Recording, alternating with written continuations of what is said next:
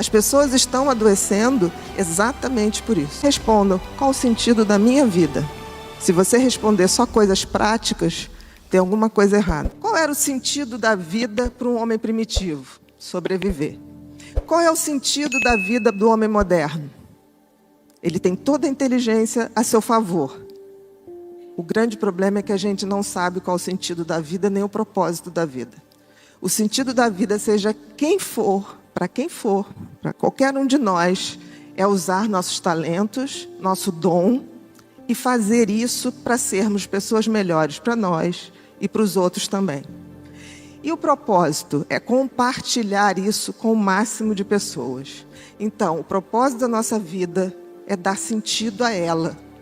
E nós não temos feito isso. Nós estamos vivendo exatamente como viviam nossos ancestrais, tendo medo de tudo, querendo controlar tudo. Nós ganhamos inteligências, mas queremos controlar o mundo. Não vamos controlar o mundo. Se a gente não quiser engordar as estatísticas das pessoas que no futuro vão adoecer de ansiedade, depressão, suicídio e vícios, compulsões em geral, a gente vai ter que rever a nossa evolução. E vai ter que entender que a nossa inteligência tem que ser melhor usada. E usada para que a gente possa, de fato, evoluir. De alguma maneira, a gente começou a entender que o ser feliz, ou estar feliz, ou o sentido da vida, era algo em manada, que foi vendido para a gente. Né? A gente tem muito medo hoje, subjetivo, de não ser bem-sucedido, de não tirar a nota que acham que a gente merece, de não ter condições de comprar as coisas que dão status. Mas a gente esqueceu que esse não é o sentido da vida. Até porque, gente, qual é o sentido da vida, racionalmente falando? A gente nasce carequinha, sem dente e sem saber nada. Aí a gente leva anos aprendendo, crescendo o cabelo, trocando os dentinhos. E aí um belo dia a gente começa a envelhecer e perder isso tudo, inclusive os cabelos vermelhos, né? A gente vai deixando os cabelos brancos, a gente vai perdendo dente, a gente vai perdendo também o nosso conhecimento acumulado. Qual o sentido lógico disso? Nenhum. Nenhum sentido. E isso significa que, de forma totalmente burra, a gente continua acionando os mecanismos de medo e ansiedade como éramos quando éramos homens primitivos.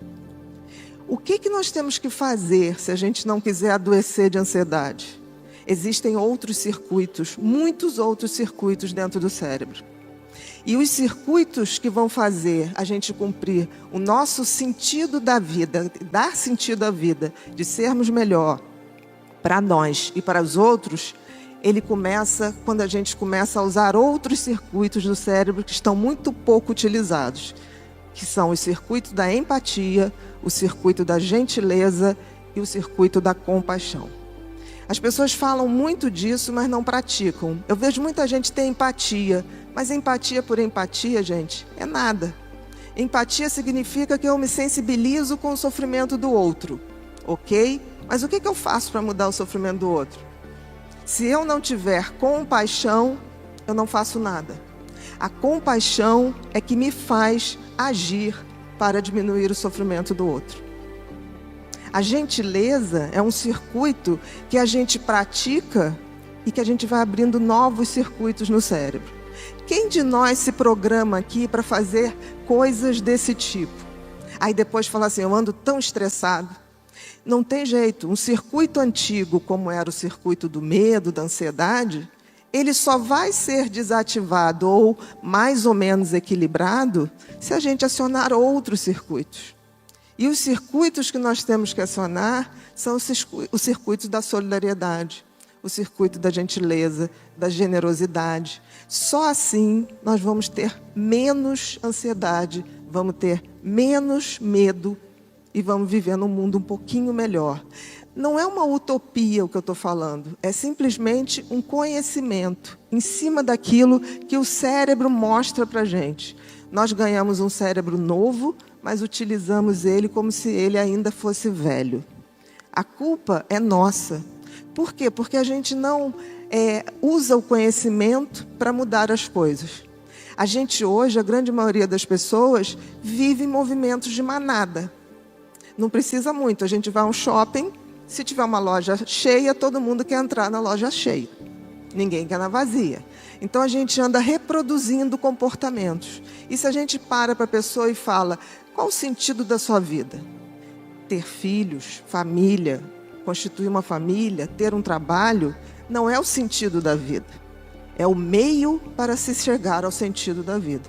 Porque o sentido da vida, gente, é a gente que faz.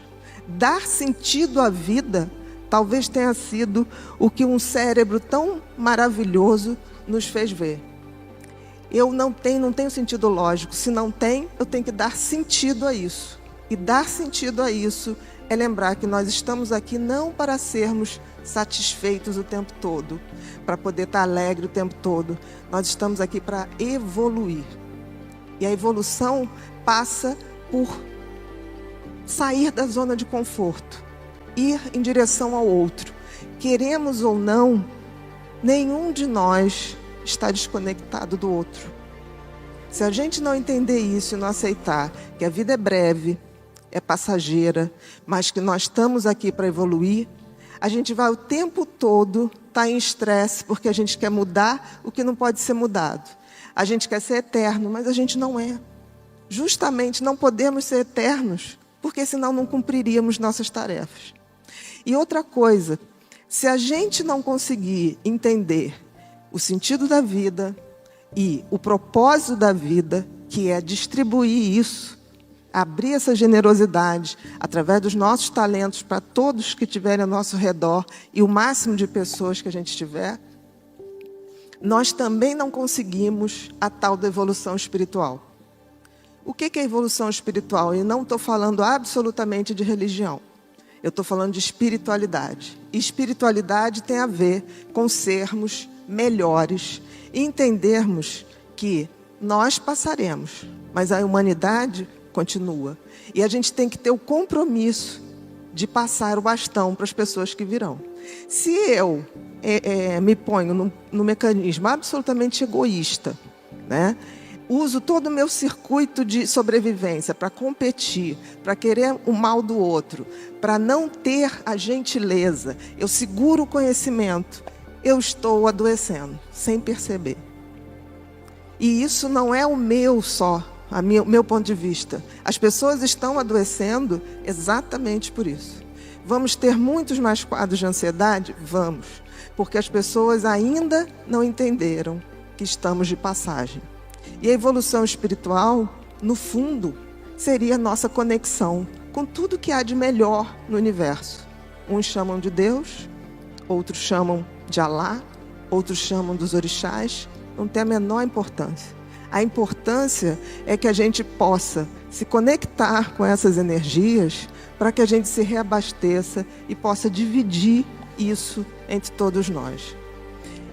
Existirá adoecimento? Sim, mas muito menos, porque a gente vai praticar o desapego. O desapego de não sermos eternos, de não termos a pretensão de mudar as pessoas. As pessoas mudam quando elas querem. E eu não conheci nunca algo mais revolucionário do que o conhecimento. A gente não deve aceitar aquilo que dizem para a gente. A gente deve estudar para que a gente possa, de fato, dizer: eu estou agindo assim porque isso me faz bem. Por exemplo, se você praticar uma gentileza, você vai se sentir bem. Aí você vai falar assim: não me senti tão bem no início. Faça a segunda, faça a terceira. Porque o mecanismo da competitividade, do medo, ele está acionado há muito tempo. O mecanismo da gentileza, da empatia, da compaixão, ele precisa ser ativado. Até porque a gente entende que não dava para ser tão empático ou gentil num planeta que a gente não tinha nada, a gente não tinha como comer, a gente não tinha como se abrigar, a gente não tinha como fazer essas coisas. Mas hoje nós temos. E o que a gente está fazendo? A gente se comporta como crianças que querem seus brinquedos sozinhos para a gente. Enquanto qualquer um no mundo estiver mal, nós também estaremos. É difícil raciocinar assim, mas a física quântica prova que não estamos desconectados de nada. Ao ferir uma pessoa, você se fere também. Ao fazer mal para uma pessoa, pode ter certeza que você estará fazendo mal para você também. Se a gente não entender que essa base do adoecimento está na nossa mão, está no nosso conhecimento, a gente vai evoluir para adoecer.